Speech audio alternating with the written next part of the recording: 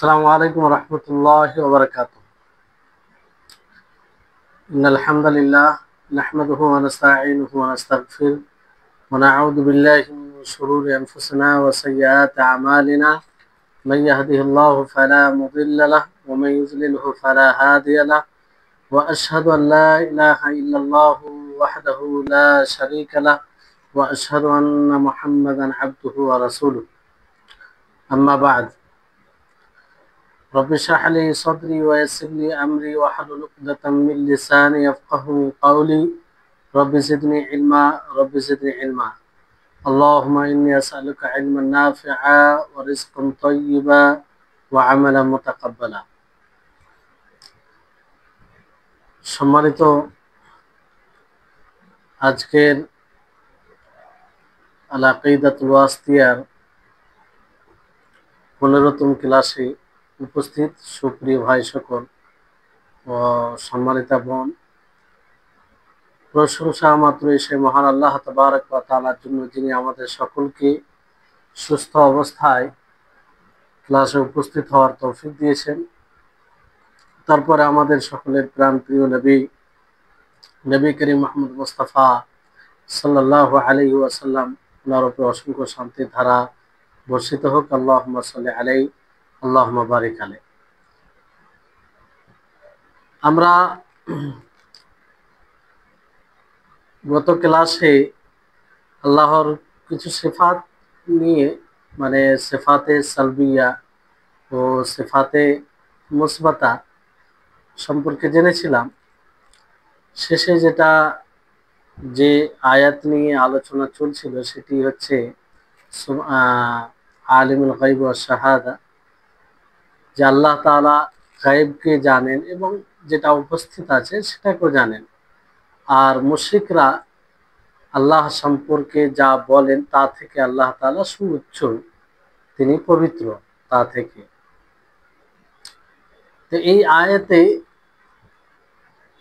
উপরে যে আরো আয়াত যেগুলো বলা হয়েছে, সেই আয়াতগুলোতে আল্লাহ তাআলা তিনি নাফি করেছেন যে তার কোনো সন্তান আছে, তার কোনো সন্তান নেই, যেই গুণে কাফেররা আল্লাহ তাআলাকে গুণান্বিত করেছেন। অনুরূপভাবে আল্লাহ তাআলার উলুহিয়তে কোনো পার্টনার, কোনো শরিক নেই, অংশীদার নেই, এটারও নফি আল্লাহ তাআলা করেছেন। তো আর এই দুটো বিষয় আল্লাহ তাআলার মধ্যে নেই, মানে তিনার না সন্তান আছে, না তিনি কারো সন্তান, আর না তার উলুহিয়তে কেউ পার্টনার আছে।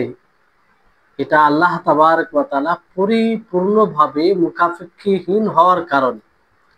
আল্লাহ তাআলার কেন সন্তান নেই? এই জন্য যে তিনি সম্পূর্ণরূপে মুকাফিক্ষিহীন, তিনার কারো প্রয়োজন নেই, আর তিনি রুবুবিয়তে পরিপূর্ণ, অনুরূপভাবে উলুহিয়তে তিনি পরিপূর্ণ। ফলে তিনার এই দুটি বিষয়ের প্রয়োজনই নেই, মানে আল্লাহ তাআলার প্রয়োজন বলতে কিছুই নেই। তো যদি এটার উপরে মানুষ ঈমান রাখে যে আল্লাহ তাআলার কোনো সন্তান নেই, তিনি কারো সন্তানও নন, এবং তার উলুহিয়তে কেউ পার্টনার নেই, তাহলে এতে কি হবে? মানুষ ইখলাস অবলম্বন করবে, একনিষ্ঠভাবে আল্লাহর জন্যই আমল করবে, একনিষ্ঠভাবে আল্লাহর জন্যই আমল করবে, ইখলাস আসবে। কারণ সে এই কথার উপরে বিশ্বাসী হবে যে আল্লাহ তাআলা তিনি এক, অদ্বিতীয়। তো আমল বলতে তার জন্যই করতে হবে, একনিষ্ঠভাবে তার জন্যই করতে হবে। তারপরে 11তম আয়াতে আল্লাহ তাআলা বলেন যে ফালা তাযরিবু লিল্লাহিল আমসাল ইন্নাল্লাহা ইয়ালামু ওয়া আনতুম লা তা'লামুন। সূরা নাহলের 74 নম্বর আয়াতে আল্লাহ তাআলা বলেন যে তোমরা আল্লাহর সমকক্ষ বানায়ো না, মানে আল্লাহর জন্য উপমা দিও না, উদাহরণ। কারণ আল্লাহ তাআলা তিনি জানেন আর তোমরা জানো না, এখানে আল্লাহ তাআলা এই কথা বলছেন যে তোমরা এরকম বলো না যে আল্লাহ অমুকের মতো, আল্লাহর উপমা কারোর সাথে দেওয়া, অথবা আল্লাহর ইবাদতে কাউকে শরীক করা, কাউকে শরীক করো না। এখানে এই আয়াতে যে এই অংশটা রয়েছে, ইন্নাল্লাহা ইয়ালামু ওয়া আনতুম লা তা'লামুন, যে আল্লাহ তাআলা জানেন যে তার কোনো মিসল নেই, তার কোনো উপমা নেই, তার কোনো উদাহরণ নেই। আল্লাহ তাআলা এটা তোমাদের সকলকে মানে খবর দিয়েছেন যে তার কোনো মিসল উপমা নেই। আল্লাহ তাআলা এটা জানেন যে তার উপমা নেই, আর তারপরে পরে আল্লাহ তাআলা খবর দিয়েছেন যে তার উপমা নেই। যেমন আল্লাহ তাআলা অন্য আয়াতে বলেন লাইসা কামিসলিহি শাই, যে আল্লাহ তাআলার মতো কোনো জিনিস নেই। ওয়ালাম ইয়াকুল লাহু কুফুয়ান আহাদ, আল্লাহ তাআলার সমতুল্য কেউ নেই, সূরা ইখলাসে। তারপর আল্লাহ তাআলা অন্য আয়াতে সূরা মারইয়ামে কি বলেন, হাল তা'লামু লাহু সামিয়্যা, আপনি কি জানেন যে তার কোনো সমকক্ষ আছে। এই ধরনের যতগুলো আয়াত আছে, তো আল্লাহ তাআলা জানেন এবং তোমরা জানো না। এই জন্য বলা হয় যে এই আয়াত থেকেও এটা দলিল দেওয়া যায় যে ইন্নাল্লাহা ইয়ালামু ওয়া আনতুম লা তা'লামুন, সুস্পষ্ট দলিল এটা মানা যেতে পারে যে আল্লাহ তাআলার উপমা নেই। কারণ উপমা কার দেওয়া যায়, যে জানে। আল্লাহ তাআলা কি বলছেন, যে আল্লাহ তাআলা বলেন যে আমি জানি, এবং মানে আল্লাহ তাআলা বলেন মাখলুকের সম্পর্কে যে তোমরা জানো না, আমি জানি। ইন্নাল্লাহা ইয়ালামু, আল্লাহ তাআলা জানেন এবং তোমরা জানো না। তাহলে আল্লাহ তাআলা আমাদের কাছ থেকে ইলমকে নাফি করেছেন যে তোমাদের জ্ঞান নেই, আর আল্লাহ তাআলা নিজের জন্য ইলমকে সাব্যস্ত করেছেন যে আমি জানি। তাহলে এখানে সাদৃশ্যতা কিভাবে আসে, উপমাটা কিভাবে দেওয়া যায়? একজন আলিমের উপমা জাহেলের সাথে তো দেওয়া যায় না, কারণ আল্লাহ তাআলা কি বলেন যে আল্লাহ তাআলা জানেন, তোমরা জানো না। তোমরা বলতে কি মাখলুক, তোমরা জানো না। তো বিষয়টা হচ্ছে যে একজন আলিমের উপমা জাহেলের সাথে কি করে দেওয়া যায়? তো এই আয়াতে একটা সুস্পষ্ট দলিল যে আল্লাহ তাআলার কোনো উপমা নেই, আল্লাহ তাআলার কোনো উদাহরণ নেই। হ্যাঁ, এটা স্পষ্ট দলিল আল্লাহ তাআলা, কারণ আল্লাহ তাআলা স্পষ্ট ভাবে বলেছেন যে ইন্নাল্লাহা ইয়ালামু ওয়া আনতুম লা তা'লামুন। আর এখান থেকে এটাও স্পষ্ট হচ্ছে যে আমাদের ইলম অসম্পূর্ণ, কারণ আল্লাহ তাআলা বলছেন যে তোমরা জানো না। আর বাস্তবে মানুষ আগামী কালকে কি হবে সেটা জানে না, যে ব্যাপারে আল্লাহ তাআলা সূরা লোকমানের 34 নম্বর আয়াতে বলেন যে ওয়ামা তাদরি নাফসুম মাযা তাকসিবু গাদা, যে কোনো নফস, কোনো আত্মা জানে না যে আগামী কাল সে কি কামাই করবে। মানুষ রূহ সম্পর্কে জানে না, আত্মা সম্পর্কে জানে না। যেমন আল্লাহ তাআলা সূরা ইসরাতে 85 নম্বর আয়াতে বলেন ওয়ায়াসআলুনাকা আনির রূহ কুলির রূহু মিন আমরি রাব্বি, যে তারা আপনাকে জিজ্ঞাসা করে রূহ সম্পর্কে, আপনি বলুন যে এই রূহ আল্লাহ তাআলার হুকম। তো রূহ আত্মা সম্পর্কে জানে না। তো যাই হোক, বিষয়টি হচ্ছে আল্লাহ তাবারক ওয়া তাআলা মানুষকে অতি অল্প জ্ঞান দিয়েছে। ওয়ামা উতীতুম মিনাল ইলমি ইল্লা কলিলা, যে আল্লাহ তাআলা তোমাদেরকে খুব স্বল্প জ্ঞান দিয়েছেন।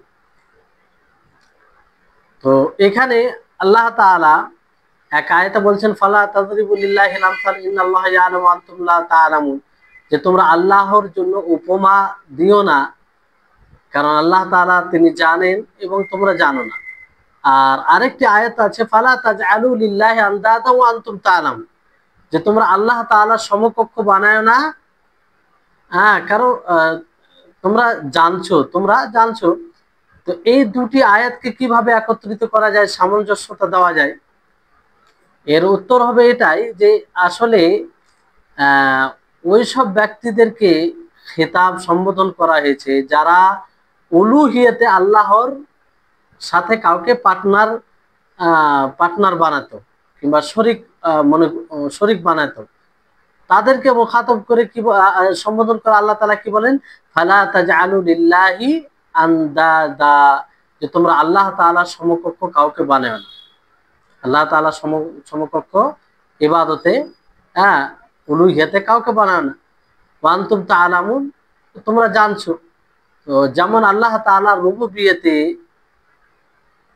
তার কোনো নিদ নেই, তার কোনো শরীক নেই, সমতুল্য নেই, সমকক্ষ নেই।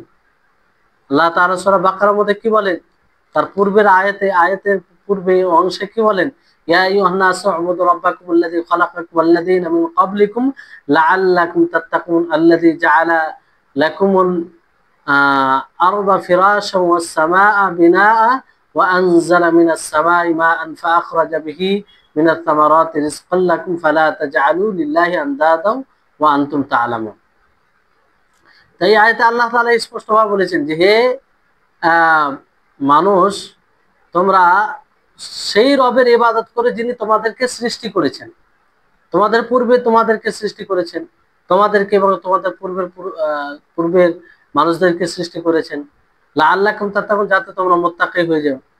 আল্লাযী জাআলা লাকুমুল আরদা ফিরাশান ওয়াস সামাআ বিনাআ, যিনি তোমাদের জন্য জমিনকে বিছানা স্বরূপ বানিয়েছেন, আসমানকে ছাদ স্বরূপ, আর আসমান থেকে পানি বর্ষণ করেছেন, আর তা দ্বারা বিভিন্ন ফল উৎপন্ন হয়, যেটা তোমাদের রিজক। ফালা তাজআলু লিল্লাহি আনদাদা ওয়া আনতুম তা'লামুন, ফলে তোমরা আল্লাহ তাআলার সমকক্ষ বানায় না, তোমরা জানছো। তো এখানে মুশরিকিনদেরকে সম্বোধন করে বলা হয়েছে। আর ফালা তাদরিবু লিল্লাহিল আমসাল, এখানে যেমন ওইসব এই কথাটা কিভাবে বলা হয়, যেমন কেউ যদি বলে যে আল্লাহ তাবারক ওয়া তাআলার হাত অমুকের মতো, অমুকের হাতের মতো, আল্লাহ তাআলার চেহারা অমুকের চেহারার মতো, আল্লাহ তাআলার সত্তা অমুকের সত্তার মতো, এই ধরনের কথা যদি কেউ বলে, তো তাদেরকে সম্বোধন করে কিংবা তাদেরকে লক্ষ্য করে, এই ধরনের লোককে লক্ষ্য করে বলা হচ্ছে যে তোমরা এইভাবে আল্লাহ তাআলার উপমা দিও না, যে আল্লাহ তাআলার হাত অমুকের হাতের মতো, আল্লাহ তাআলার চেহারা অমুকের চেহারা মতো। কারণ আল্লাহ তাআলা জানেন এবং তোমরা জানো না। আল্লাহ তাআলা জানেন, আর আল্লাহ তাআলা তোমাদেরকে বলেছেন যে তার মাসিল নেই, তার উপমা নেই। আল্লাহ তাআলা অন্য আয়াতে কি লাইসা কামিসলি শাই, যে আল্লাহ তাআলার মতো কেউ নেই, আল্লাহ তাআলার উপমা নেই।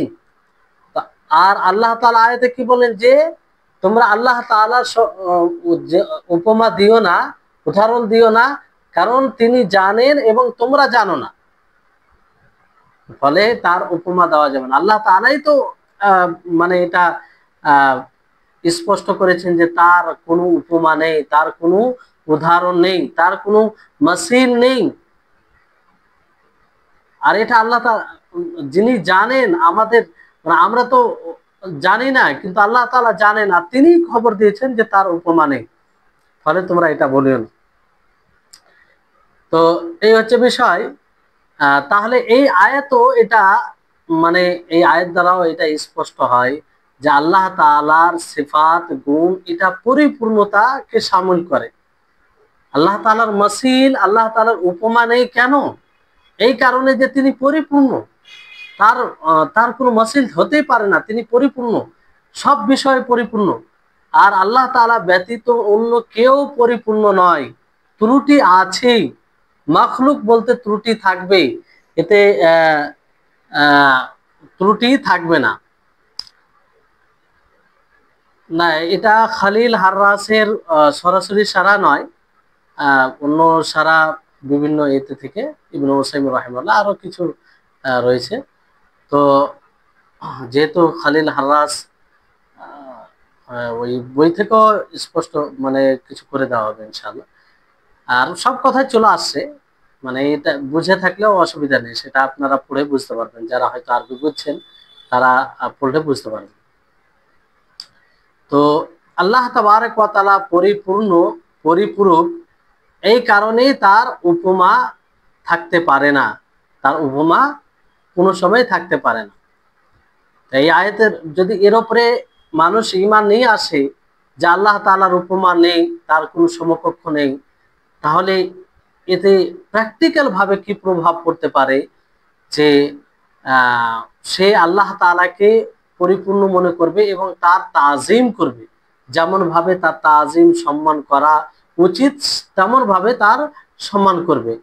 কারণ সে জানবে যে আল্লাহ তাআলার কোনো উপমা নেই, তো তার উপরেই আশা করতে হবে, তাকেই ভয় করতে হবে, আর তারই তাজিম করতে হবে। কারণ সে জানবে যে আল্লাহ তাআলার কোনো তার মতো কেউ নেই। যেমন ধরেন, দুনিয়াতে দুনিয়াতে কেউ যদি প্রভাবশালী মানুষ থাকে, সে আহ, সে প্রভাবশালী মানুষ থাকলেও তার মতো অনেকেই থাকে। ফলে তার উপরে তার প্রতি যতটা আশা হওয়া দরকার এবং তাকে ভয় করা উচিত ততটা থাকে না। কিন্তু যখন কারো ব্যাপারে মনে হবে যে এর মতো কেউ নেই, তো নিরুপায় হয়ে তাকেই তার প্রতি আশা করবে এবং তাকে ভয় করবে। তো আল্লাহ তাআলার ব্যাপারে যদি কেউ এইভাবে ঈমান নিয়ে আসে, কিংবা আল্লাহ তাআলার সিফাতকে জানে যে তার কোনো উপমা নেই, যেটা সালবি সিফাত আল্লাহ তাআলার, যে তার কোনো উপমা নেই, তো তারও তার উপরে আশা করবে এবং তাকেই ভয় করবে। কারণ তিনি মহান সত্তা, তিনি এক অদ্বিতীয়, তিনি সব বিষয় পরিপূর্ণ, তার সমতুল্য কেউ নেই, তার উপমা কেউ নেই। তো তার প্রতি আশা করতে হবে, তাকে ভয় করতে হবে, এবং তিনি পরিপূর্ণ, তাকে যে পরিপূর্ণ তাজিম করতে হবে, সেটা তিনি হকদার, কিংবা সেটা তিনি উপযুক্ত। যে তারপরে 12তম নম্বর আয়াতে আল্লাহ তাআলা কি বলেন? কুল ইন্নামা হাররামা রাব্বিয়াল ফাওয়াহিশা মা যাহারা মিনহা ওয়া মা বাতানা ওয়াল ইথমা ওয়াল বাগয়া বিগাইরিল হক ওয়া আন তুশরিকু বিল্লাহি মা লাম ইউনাজ্জিল বিহি সুলতানা ওয়া আন তাকুলু আলা আল্লাহি মা লা তা'লামুন। সূরা আরাফের 33 নম্বর আয়াত। আল্লাহ তাআলা বলেন যে আপনি বলুন, ইন্নামা হাররামা রাব্বিয়াল ফাওয়াহিশ, যে আমার রব ফাহিশা, অশ্লীলতাকে হারাম করেছেন, সেটা যেটা প্রকাশ্য হোক অথবা গোপনে হোক, আর গুনাহকে হারাম করেছেন। অনুরূপভাবে অতিরঞ্জন, হক ছাড়া অতিরঞ্জনকে হারাম করেছেন, বাড়াবাড়ি, আর আল্লাহর সাথে শরীক করাকে হারাম করেছেন, যার উপরে কোনো দলিল নাই। অনুরূপভাবে আল্লাহ তাআলার উপরে না জেনে কথা বলা, এটাকেও হারাম করেছেন। তাহলে এই কয়েকটি, তো এখানে কুল বলে নবী সাল্লাল্লাহু আলাইহি সাল্লামকে সম্বোধন করা হয়েছে, নবী সাল্লাল্লাহু আলাইহি সাল্লামকে সম্বোধন করা হয়েছে। তো এটা নবী সাল্লাল্লাহু আলাইহি সাল্লামের সাথে খাস নয়, বরং সমস্ত মানুষকে। আর ইন্নামা এটা মানে একটা অর্থ আদাতের, এটা হরফ শব্দ, যে আল্লাহ তাআলা হারাম করেছেন এই যে আগে যে গুনাহগুলো কথা এসেছে সেটাকে হারাম করেছেন। ফাওয়াহিশ বলা হয়, এটা ফাহিশার বহু বচন। আর সেই গুনাহকে বলা হয় যেটা অশ্লীল, যেমন জিনা, লিওয়াত, মানে ব্যভিচার। ব্যভিচারের সম্পর্কে আল্লাহ তাআলা কি বলেন? ওয়ালা তাকরাবু জিনা ইন্নাহু কানা ফাহিশা, যে তোমরা জিনার নিকটবর্তী যেও না, কারণ সেটা অশ্লীলতা। আর লিওয়াত যেটা কওমে লূতের, মানে লূত আলাইহিস সালামের কওমের মধ্যে যে এটা বদ অভ্যাস ছিল, সমকামিতা, সে সম্পর্কে আল্লাহ তাআলা কি বলেন? লূত আলাইহিস সালাম তার কওমকে তাতুনাল ফাহিশা, যে তোমরা অশ্লীলতা করছো, মানে ওই সমকামিতা। আর ব্যভিচার মধ্যে এটাও আসে যে কোনো মানুষ যদি এমন মহিলাকে বিবাহ করে যে মহিলা তার জন্য হালাল নয়, তার রক্তের সম্পর্কের কারণে, রক্তের বলতে যেগুলো যাদের সাথে বিবাহ হারাম সে তাদের মধ্যে হওয়ার কারণে, কিংবা দুধ দুধ দুধ পান করেছে সেই দিকে লক্ষ্য করে কোনো সম্পর্ক হওয়ার কারণে, এক কথায় যাদের সাথে বিবাহ হারাম তাদেরকে যদি কেউ বিবাহ করে, তাহলে সেটাও ব্যভিচারের মধ্যে পড়বে। কারণ আল্লাহ তাআলা বলেন, ওয়ালা তানকিহু মা নাকাহা আবাউকুম মিনান নিসা ইল্লা মা ক্বাদ সালাফ ইন্নাহু কানা ফাহিশা ওয়া মাকতাও ওয়া সাআ সাবিলা, যে তোমরা তাদেরকে বিবাহ করো না যাদেরকে তোমাদের বাপ দাদা বিবাহ করেছে। কারণ তাদেরকে বিবাহ করা এটা অশ্লীলতা এবং এটা ঘৃণিত, আর নিকৃষ্টতা।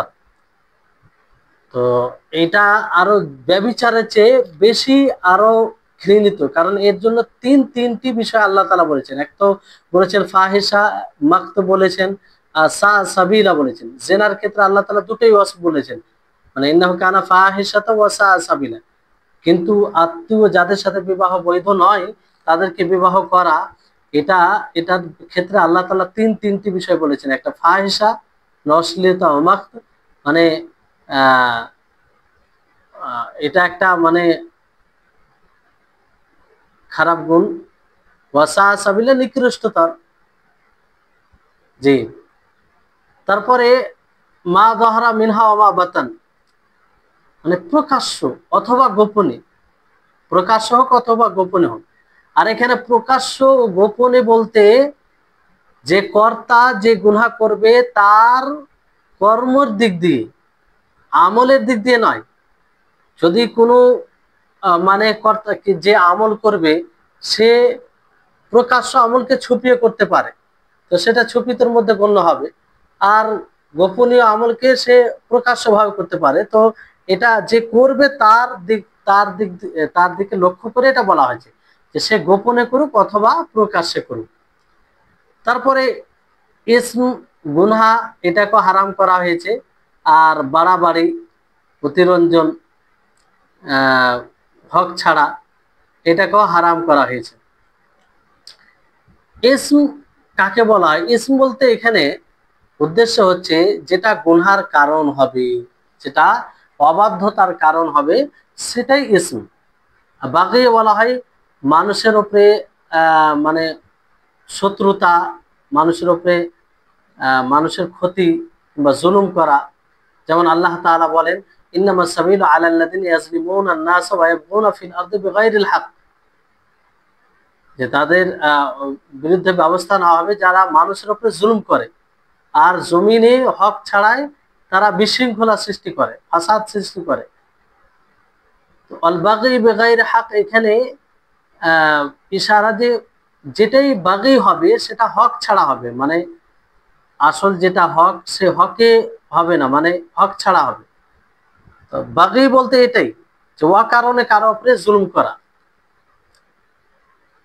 তারপর ওয়ান তুশরিকু বিল্লাহি মা লাম ইউনাজ্জিল বিহি সুলতানা, যে আল্লাহর সাথে অন্য কাউকে শরীক করা যেটার কোনো দলিল নেই। আল্লাহর সাথে শরীক করার উপরে তো কোনো দলিলই নেই, তো এটাও হারাম।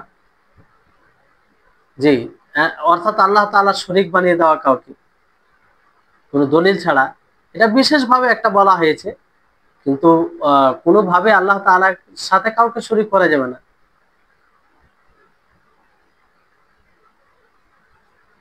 তারপর শেষে যেটা বলা হয়েছে গুনার কথা, ওয়ান তাকুলু আলাল্লাহি মা লা তা'লামুন, যে তোমরা আল্লাহর ব্যাপারে না জেনে কথা বলবে। না জেনে কথা বলা এটাও হারাম। আর এটা এতটাই মানে বড় অপরাধ যে আল্লাহ তাবারক ওয়া তাআলা দেখেন শিরকের পরে এটা বর্ণনা করেছেন। তো আল্লাহর ব্যাপারে এমন কথা বলা যেটা জানা নেই সেটা বলা, তার সত্তা সম্পর্কে হতে পারে, তার নাম ও গুণ সম্পর্কে হতে পারে, অথবা তার কর্ম সম্পর্কে হতে পারে, তার শরীয়তের বিষয়ে যে কোনো কথা বলা, না জেনে কথা বলা, তার ব্যাপারে না জেনে কথা বলা হবে। তাহলে এখানে 5টি বিষয়কে হারাম করা হয়েছে। 5টি বিষয় কি? হ্যাঁ, কুল ইন্নামা হারামা রাব্বি, কি বলা হয়েছে?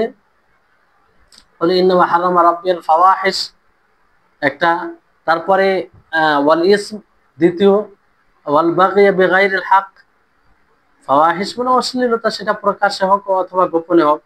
আর গুনাহ, তারপরে হক ছাড়াই কারো উপরে জুলুম করা। আর চতুর্থ হচ্ছে যে আল্লাহর সাথে কাউকে শরীক করা। পঞ্চম হচ্ছে আল্লাহর ব্যাপারে না জেনে কথা বলা। এই 5টি জিনিসকে হারাম করা হয়েছে। জি। আর এখানে সিফাতে সালবিয়া কোথায় রয়েছে? সিফাতে সালবিয়া এই আয়াতের অংশতে রয়েছে, ওয়ান তুশরিকু বিল্লাহি মা লাম ইউনাজ্জিল বিহি সুলতানা ওয়া আন তাকুলু আলাল্লাহি মা লা তা'লাম। এখানে 2টি সিফাতে সালবিয়া বলা হয়েছে, নেতিবাচক সিফাত। সেটা কি? যে আল্লাহর সাথে তোমরা কাউকে শরীক করো না, অর্থাৎ আল্লাহ তাআলার কোনো শরীক নেই। আর আল্লাহ তাআলার ব্যাপারে তোমরা না জেনে কথা বলো না। কেন? কারণ তিনি পরিপূর্ণ, তার পরিপূর্ণতার কারণে না জেনে কথা বলবে না। আর যে সব বিষয়ে পরিপূর্ণ হয় তার ব্যাপারে না জেনে কথা বলা এটাই উপযুক্ত। যদি এর উপরে মানুষ এইভাবে ঈমান নিয়ে আসে আল্লাহর উপরে, এই পাঁচটি বিষয়, যে পাঁচটি বিষয় সম্পর্কে স্পষ্ট করা হয়েছে যেটা আল্লাহ তাআলা হারাম করেছেন, তাহলে এই পাঁচটি আর এই পাঁচটি যে বিষয় যেটা যে যেগুলো আয়াতে বলা হয়েছে এটা হারাম সকলে পুরো শরীয়ত দ্বারাও এটা প্রমাণিত। কিন্তু আল্লাহ তাবারক ওয়া তাআলার উপরে ব্যাপারে না জেনে কথা বলা, এর মধ্যে এটাও আসে কেউ যদি কোরআন ও হাদিসের নুসুসকে, কোরআন ও হাদিসের দলিলকে পরিবর্তন করে আর এমন অর্থ নেই, এমন অর্থ বর্ণনা করে যে অর্থ আসল নয়, তো সেটাও আল্লাহর ব্যাপারে না জেনে কথা বলার অন্তর্ভুক্ত হবে। হ্যাঁ, যেমন কেউ যদি বলে আল্লাহ তাআলা আয়াতে ইয়াদ শব্দ ব্যবহার করেছেন, কেউ যদি বলে যে মানে ইয়াদাইন থেকে উদ্দেশ্য আল্লাহ তাবারক ওয়া তাআলা নেয়ামত, আল্লাহ তাবারক ওয়া তাআলা নেয়ামত মানে আসল ইয়াদ নয় বরং নেয়ামত উদ্দেশ্য, তো যদি এই কথা বলে তা আল্লাহর ব্যাপারে না জেনে কথা বলার অন্তর্ভুক্ত হবে দুটি কারণে। একটি কারণ হচ্ছে যে আসল যেটা অর্থ দেয় সেটা নাফি করা হলো না জেনে, যে ইয়াদের আসল অর্থ হচ্ছে হাত, তো হাত অর্থ না নিয়ে নেয়ামতের অর্থ নেওয়া, এটা আসল বিষয় যেটা প্রকাশ্য সেটার বিরুদ্ধে যাচ্ছে, সেটা নাফি করা হচ্ছে, আর এটা না জেনে কোনো দলিলের ভিত্তিতে নয়। তারপর দ্বিতীয় কারণ হচ্ছে যে আল্লাহ তাআলা নিজের জন্য সাব্যস্ত করেছেন হাতকে, আর যে হাত থেকে নেয়ামত উদ্দেশ্য নিচ্ছে এটার কোনো দলিল নেই, এটার কোনো দলিল নেই। তো আল্লাহ তাআলা সাব্যস্ত করেছেন যেটা আয়াত দ্বারা বোঝা যায়, আর তার বিপরীতে যে হাত দ্বারা নেয়ামত, এটার কোনো দলিল নেই। তো যে কোনো আল্লাহ তাবারক ওয়া তাআলার আয়াত হাদিস হোক, সেটাকে আসল অর্থে নিতে হবে, তার মূল অর্থে নিতে হবে। হ্যাঁ, যদি কোনো এরকম দলিল থাকে যে দলিল দ্বারা বোঝা যাবে যে ওই অর্থ থেকে, ওই শব্দ থেকে এই উদ্দেশ্য নেওয়া হয়েছে, তখন ভিন্ন বিষয়। কিন্তু আসল হচ্ছে যে কোরআন ও হাদিসে যে শব্দ এসেছে সেই শব্দের যে মূল অর্থ সেটাই নিতে হবে। জি, তাহলে এই যে বেশ কয়েকটি আয়াতে আমরা আল্লাহ তাবারক ওয়া তাআলার নেতিবাচক সিফাত ও ইতিবাচক সিফাত দুটোই জানলাম। এবার একটি গুরুত্বপূর্ণ আলোচনা শুরু হচ্ছে যে আল্লাহ তাবারক ওয়া তাআলা আরশের উপরে উঠেছেন অথবা সমুন্নত হয়েছেন, এই সিফাতটি আল্লাহ তাআলা উঠেছেন আরশের উপরে, হ্যাঁ এটা প্রমাণিত।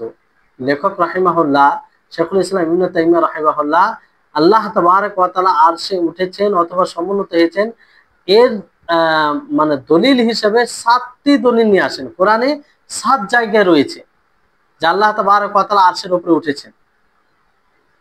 জি, তো প্রথম যে যে আয়াতে আল্লাহ তাআলা এটা সাব্যস্ত করেছেন সূরা আরাফের আয়াতে 54 নম্বর আয়াত, আল্লাহ তাআলা বলেন ইন্না রাব্বাকুমুল্লাহুল্লাযী খালাকাস সামাওয়াতি ওয়াল আরদা ফি সিত্তাতি আইয়ামিন সুম্মা ইসতাওয়া আলাল, যে বেশক মানে নিশ্চয় তোমার রব আল্লাহ যিনি আসমান জমিনকে সৃষ্টি করেছেন 6 দিনে, তারপরে আরশের উপরে তিনি উঠেছেন, আরশের উপরে সমুন্নত হয়েছেন।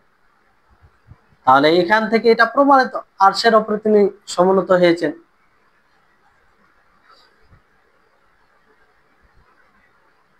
ফি সিত্তাতি আইয়াম 6 দিনে জমিন আসমানকে সৃষ্টি করেছেন। আর এই 6 দিন বলতে আমরা যেসব দিনকে জানি, যেসব দিন থেকে আমরা পরিচিত, সেই দিনই উদ্দেশ্য, অন্য তারা নয়, অন্য দিন নয়, খাস দিন নয় যে ওটা লম্বা দিন ছিল, এরকম বিষয় নয়। স্বাভাবিক আমরা যে দিনগুলো অতিবাহিত করছি সেই দিনগুলি উদ্দেশ্য, কারণ আল্লাহ তাআলা এখানে নাকেরা শব্দ ব্যবহার করেছেন। জি, তো যখন নাকেরা শব্দ ব্যবহার করা হয় তখন আমভাবে যেটা থাকে সেটাই উদ্দেশ্য না হয়। আর এই 6 দিনের প্রথম দিন কি? রবিবার। রবিবার থেকে শুরু করেন আল্লাহ তাআলা, আর শেষ দিন কি? জুমার দিন। শেষ দিন জুমার দিন, শেষে জুমার দিনে শেষ হয়। আর এই 6 দিনের মধ্যে 4 দিন হচ্ছে জমিনকে তৈরি করতে সময়, আল্লাহ তাআলা 4 দিন জমিনকে তৈরি করেছেন, আর 2 দিন 2 দিন আসমানকে, যেমন আল্লাহ তাআলা অন্য সূরায় এটা স্পষ্ট করেছেন। তো যাই হোক, এখানে ইস্তাওয়া শব্দ এসেছে। ইস্তাওয়া, ইস্তাওয়া শব্দ, এটার অর্থ কি? এটার অর্থ হচ্ছে যে আলা, মানে সমুন্নত হওয়া। আর আরশ, আরশ বলা হয় সেই ছাদকে, কিংবা যেটা মানে মানে আরশ একটা ছাদ আকারে বলতে পারে, কিংবা পারি, মানে অভিধানী মানে শাব্দিক অর্থ এটা বলা হয় যে সেই তাখতাকে, সেই মানে ইয়েকে বলা হয় সিংহাসনকে, সেই তক্তাকে বলা হয় যে যেটার সাথে বাদশা মানে বিশেষভাবে সেটাকে ব্যবহার করে। আর আরশ বলতে এটাই, কিন্তু সেই আরশটা কেমন এই ব্যাপারে নবী সাল্লাল্লাহু আলাইহি ওয়াসাল্লাম থেকে কিছু প্রমাণিত নেই, আর আয়াতও কিছু প্রমাণিত নেই। তবে আরশ আল্লাহ তাবারক ওয়া তাআলার বড় মাখলুক, বড় মাখলুকের মধ্যে আরশও একটি বড় মাখলুক।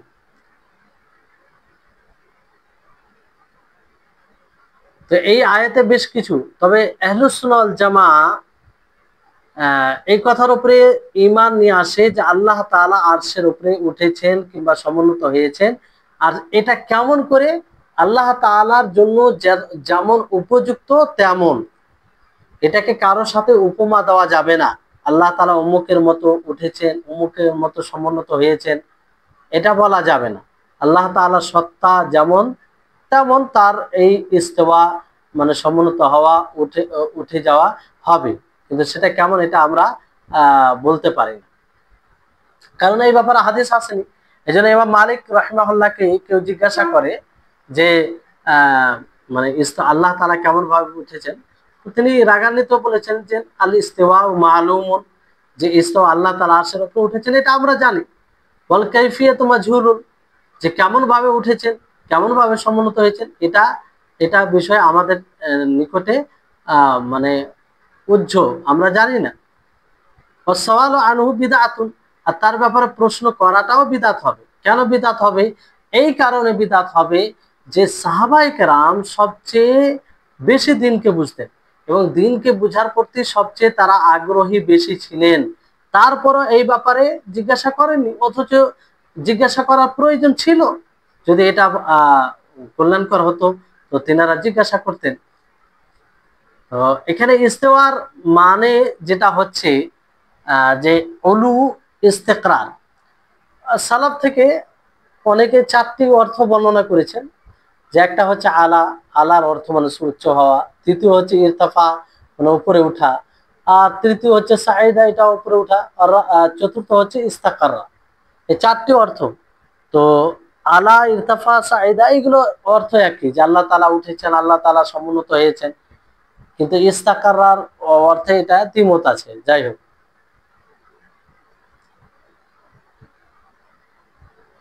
এবার এখানে অনেকেই ইস্তাওয়া সুম্মাস্তাওয়া আলাল আরশ, এখানে ইস্তাওয়াকে অনেকে ইস্তাওলা আলাইহি অর্থ নিয়েছে, যেটা সঠিক নয়। মানে আহলে তাতিল যারা মুআত্তিলা, তারা এখানে ইস্তেওয়া থেকে উদ্দেশ্য কি? ইস্তেলা, ইস্তেলা বলতে প্রভাবিত হওয়া, মানে আল্লাহ তাআলা প্রভাবিত হয়েছেন আরশের উপরে, এরকম তারা অর্থ নেই ইস্তাওলা আলাইহি এর অর্থে।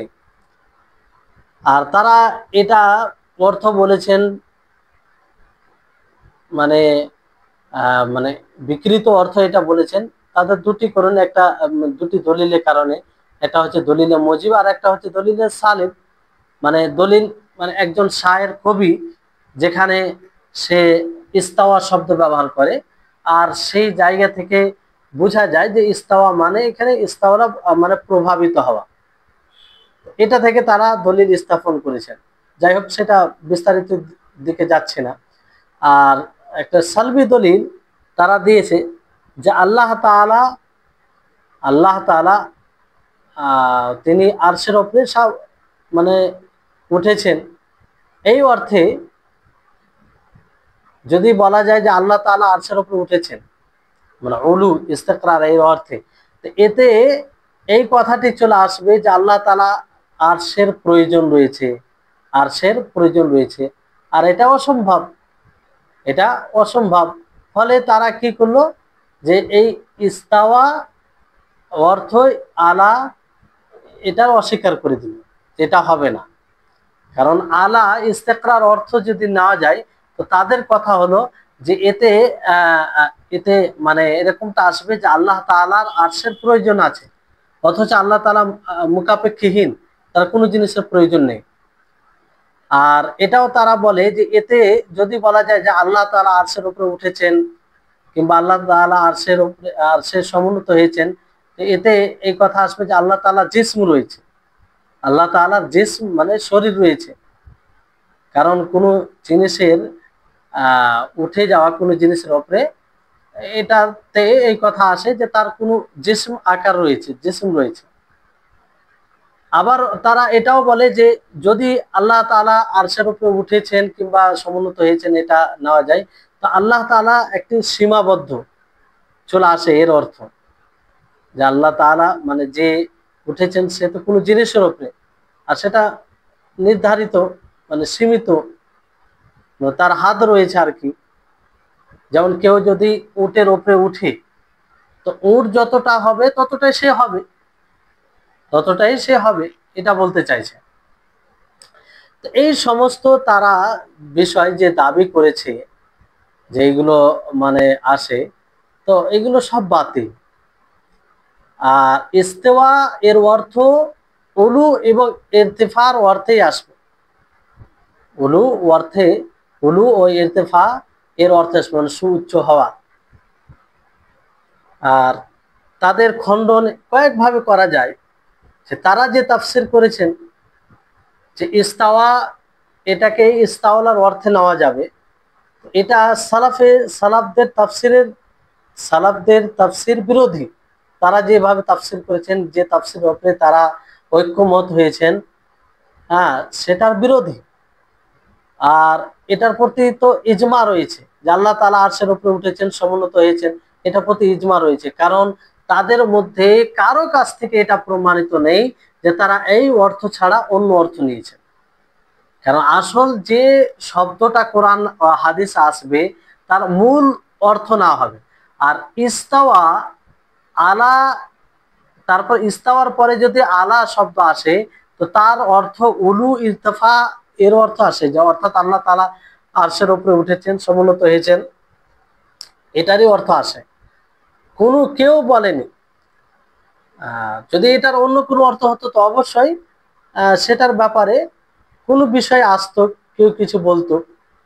দ্বিতীয় বিষয় হচ্ছে যে এটা যে বাহ্যিক শব্দ, তার বিরোধী যদি ইস্তাওয়াকে ইস্তাওলা এর অর্থে নেওয়া হয়, আলা ও ইরতাফা অর্থে না নিয়ে ইস্তাওলা আলাই, ইস্তাওলা এর অর্থ হচ্ছে প্রভাবিত হওয়া, এটা যদি অর্থ নেওয়া হয়, তাহলে এটা শব্দের যে বাহ্যিক দিকটা আছে তার বিরোধী হবে। কারণ ইস্তাওয়ার যে আসল মূল বিষয়, যে যখনই সে আলা দ্বারা হয়, মানে ইস্তাওয়ার পরে আলা আসে, তখন উলু ও ইস্তেকরার এর অর্থ হয়। এটাই হচ্ছে বাহ্যিক শব্দ, যেমন কোরআনে এসেছে এরকম ভাবে। তৃতীয় হচ্ছে যে তাদের যে যতগুলো বলেছে যে আল্লাহ তাবারক ওয়া তাআলা আরশের উপরে ওঠেন কিংবা সমুন্নত হন, তাহলে এই এই কথাগুলো মানে চলে আসে, মানে এগুলো মানতে হবে। তো এগুলো বাতিল কথা।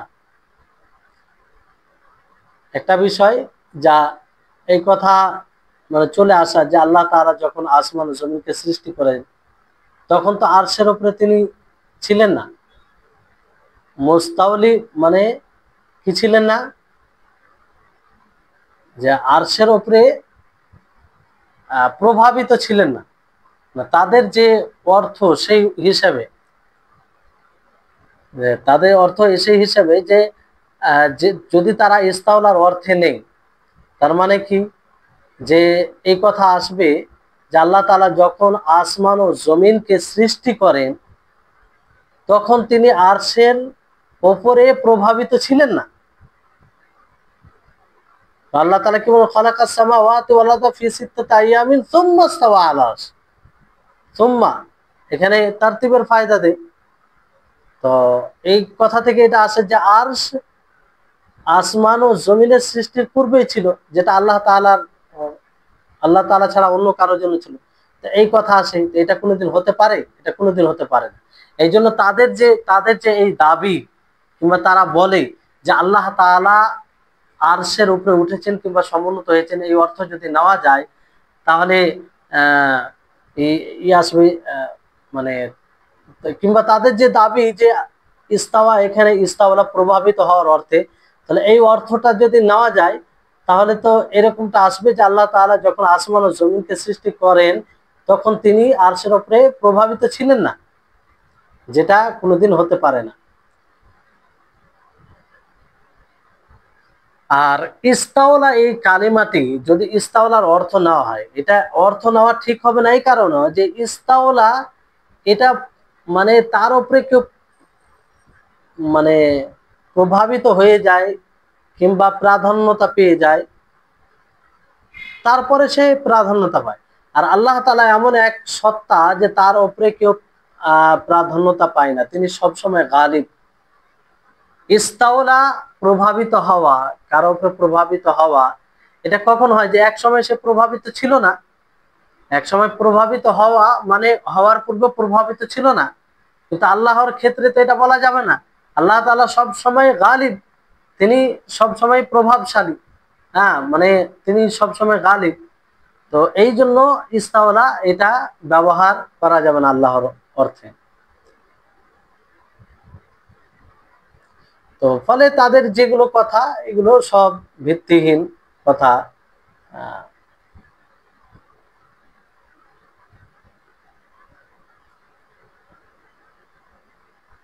তারপরে তাদের যে একটি বিষয়, যে তারা দাবি করে যে ইস্তাওয়া, যদি এটাকে উলু অর্থে নেওয়া হয়, যে উলু বলতে বাংলাতে এটা বলতে পারেন যে আল্লাহ তাআলা আরশের উপরে উঠেছেন কিংবা আরশের উপরে সমুন্নত হয়েছেন।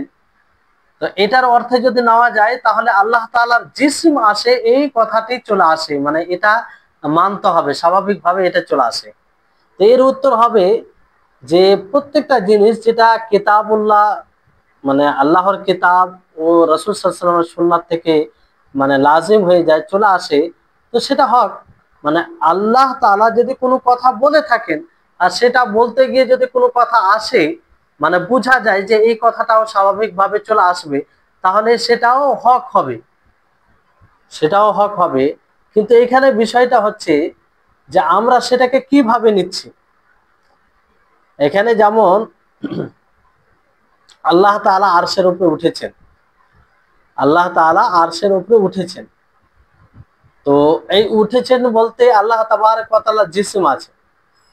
তো আল্লাহ তাআলার জিসম আছে, যদি এই কথাটা মানে মানতে হয়, স্বাভাবিকভাবে চলে আসে, তাহলে এটা হক মনে করতে হবে, এটা হক মনে করতে হবে। কিন্তু এখানে বিষয়টি হচ্ছে যে এই জিসিম বলতে কি বুঝায়, মানে জিসিম বলতে কি বুঝায়। জিসিম বলতে যদি তারা ওই জিসিমকে মুরাদ নেই, যে জিসিম, যে আল্লাহ তাবারক ওয়া তাআলার যেগুলো আবশ্যিক সিফাত রয়েছে, সেগুলো মানে আল্লাহ তাবারক ওয়া তাআলা সেগুলো থেকে আহ গুণান্বিত। যেমন আল্লাহ তাবারক ওয়া তাআলা জিসিম বলতে, যেমন মানুষের শরীর রয়েছে, হাড্ডি, মাংস, তারপরে এগুলো দ্বারা, রক্ত দ্বারা যে একটা শরীর হয়, সেই রকম শরীর মনে করে, তাহলে এটা বাতিল হবে। বাকি যদি মনে করে যে আল্লাহ তাআলার জিসম, আল্লাহ তাআলার হাত রয়েছে, আল্লাহ তাআলার চেহারা রয়েছে, আল্লাহ তাআলার পা রয়েছে, তো এগুলো যদি কেউ বলে, কোনো সমস্যা নেই। আর এগুলো শুধু বলাতে কেউ যদি মনে করে আল্লাহ তাআলার জিসম আছে, হ্যাঁ, কিন্তু আল্লাহ তাআলার মতো সেটা সেটা আমরা কারোর সাথে সাদৃশ্য না দিই, তো এটাতে কোনো সমস্যা নেই, এটাতে সমস্যা নেই। কিন্তু সমস্যা কোথায়? যখন জিসম থেকে, শরীর থেকে ওই শরীর উদ্দেশ্য নেবে, যে যেমন আমাদের শরীর, হাড্ডি, মাংস, রক্ত দ্বারা যেটা একটা শরীর গঠন হয়, সেই শরীর উদ্দেশ্য নয়, তাহলে এটা আল্লাহর জন্য অসম্ভব, আর এটা কখনো বলা যাবে না, এটা কখনো বলা যাবে না। আর এই শরীর, এটা এই কথাও আসে না এর মধ্যে। জি। তারপরে তাদের একটা দাবি যে আল্লাহ তাবারক ওয়া তাআলা আরশের উপরে উঠেছেন। এই আরশের উপরে উঠা থেকে এই কথা চলে আসে যে আল্লাহ তাআলা সীমিত, মানে আরশের উপরে উঠেছেন মানে আরশ একটা সীমিত হবে, তো আল্লাহ তাআলা সীমিত। তো এর উত্তর বিস্তারিত ভাবে দেওয়া যায় যে আল্লাহ তাআলা মানে সীমিত, নাউজুবিল্লাহ, সীমিত যে বলে, এই সীমিত থেকে কি উদ্দেশ্য নেই। যদি তারা এটা উদ্দেশ্য নেই যে সীমিত বলতে আল্লাহ তাআলার মতো সেটা মাখলুক থেকে ভিন্ন, মাখলুক থেকে ভিন্ন। যেমন বলা হয় যে এই জমিনটা অমুকের জন্য, আর এই জমিনটি অমুকের জন্য, তাহলে এইভাবে বলতে গেলে এটা কোনো অসুবিধা নেই, আর এতে নাকস ত্রুটিও আসে না, ত্রুটিও আসে না।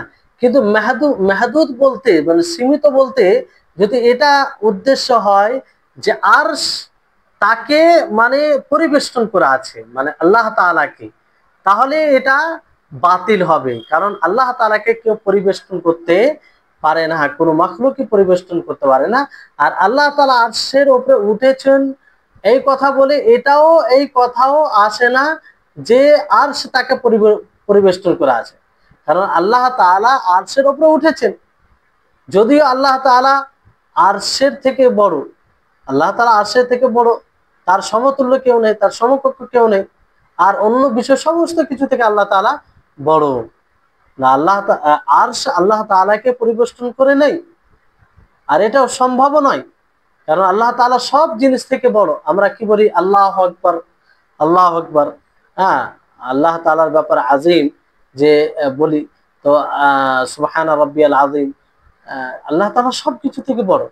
তো তাকে কোনো জিনিস পরিবেষ্টন করতে পারে না, না আরশ করতে পারে, না অন্য কোনো বিষয় করতে পারে। বরং আসমান ও জমিন আল্লাহ তাআলার হাতে হবে। আর তাদের যে দাবি যে আল্লাহ তাআলা আরশের উপরে উঠেছেন কিংবা সমুন্নত হয়েছেন, এটা থেকে এই কথা আসবে যে আল্লাহ তাআলার আরশের প্রয়োজন আছে, আল্লাহ তাআলা আরশের মুখাপেক্ষী। এটা তাদের এই দাবি ভুল। কারণ এটা এই কথা বলাতে এই কথা কখনো আসে না যে আল্লাহ তাআলা আরশের উপরে সমুন্নত হয়েছেন কিংবা আরশের উপরে উঠেছেন। এই কথা বলাতে এই কথা বোঝা যায় না, কিংবা এই কথা স্বাভাবিকভাবে আসে না যে আল্লাহ তাআলার আরশের প্রয়োজন হয়েছে। কারণ আল্লাহ তাআলা আরশের উপরে উঠেছেন মানে কি, আল্লাহ তাআলা আরশের উপরে একটা বিশেষ ভাবে বলা হয়েছে যে আল্লাহ তাআলা আরশের উপরে। আল্লাহ তাআলা সব জিনিসের উপরে, আল্লাহ তাআলা সব জিনিসের উপরে, কিন্তু এখানে একটি বিশেষ ভাবে বলা হয়েছে যে আল্লাহ তাআলা আরশের উপরে, আল্লাহ আল্লাহ আরশের উপরে। ফলে এই কথা বলা ঠিক হবে না যে আল্লাহ তাআলার প্রয়োজন আরশের রয়েছে, আরশের কোনো প্রয়োজন নেই আল্লাহ তাআলা। জি। তো খোলাসা হচ্ছে, মানে তাদের যে খনন করা হয়েছে, যে তারা যে ব্যাখ্যাগুলো, যে কথাগুলো বলেছে, সেটা হচ্ছে স্পষ্ট নাস বিরোধী। কোরআন ও হাদিসে যে দলিলগুলি এসেছে, হাদিসে আয়াত ও হাদিস এসেছে, তার বিরোধী কথা তাদের, মানে তাদের কথা এই নাসগুলির, এই দলিলগুলির বিরোধী কথা। তৃতীয় হচ্ছে যে তারা সাহাবীদের ইজমার বিরুদ্ধে কথা বলেছে, সালাফদের ইজমার বিরুদ্ধে কথা বলেছেন। সাহাবা ও সালাফদের ইজমা রয়েছে, এটা কি করে বুঝলাম যে ইজমা রয়েছে? ইজমা এই করে বুঝলাম, কারণ এই ব্যাপারে কারো কোনো কথা নেই, কেউ এরকম কথা বলেনি যে আল্লাহ তাবারক ওয়া তাআলা আরশের উপরে উঠেছেন। এর এর উদ্দেশ্য হচ্ছে যে আল্লাহ তাআলা আরশের উপরে প্রভাবিত হয়েছেন, এরকম কথা কেউ বলেনি। যেহেতু বলেনি, তো আসল যেটা অর্থ সেটাই নেওয়া হবে, সেটাই নেওয়া হবে। তো তার উপরে ইজমা রয়েছে। তৃতীয় বিষয় হচ্ছে যে আরবি ভাষায় ইস্তাওয়া কখনো ইস্তাওলার অর্থে আসেনি, মানে যখন আলার সঙ্গে আসবে, মানে ইস্তাওয়ার পরে যখন আলা আসবে, তার অর্থ উলু অথবা ইরতাফাও হয়, কিন্তু ইস্তাওলার অর্থে আসে না। জি।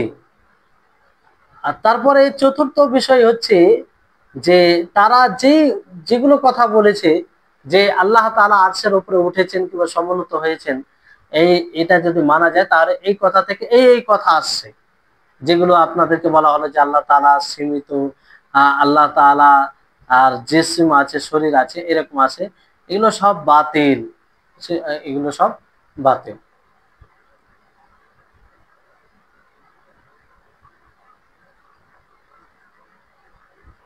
জি, তারপরে আহ দ্বিতীয় জায়গায় যেখানে আরশের কথা রয়েছে, সূরা ইউনূসে আল্লাহ তাবারক ওয়া তাআলা বলেন, ইন্না রাব্বাকুমুল্লাহুল্লাযী খালাকাস সামাওয়াতি ওয়াল আরদা ফি সিত্তাতি আইয়ামিন সুম্মা ইসতাওয়া আলাল আরশ, যে তোমার রব, বেশক তোমার নিশ্চয় তোমার রব আল্লাহ, যিনি আসমান ও জমিনকে সৃষ্টি করেছেন 6 দিনে, তারপরে তিনি আরশের উপরে উঠেছেন। এখানেও তাই, একই কথা।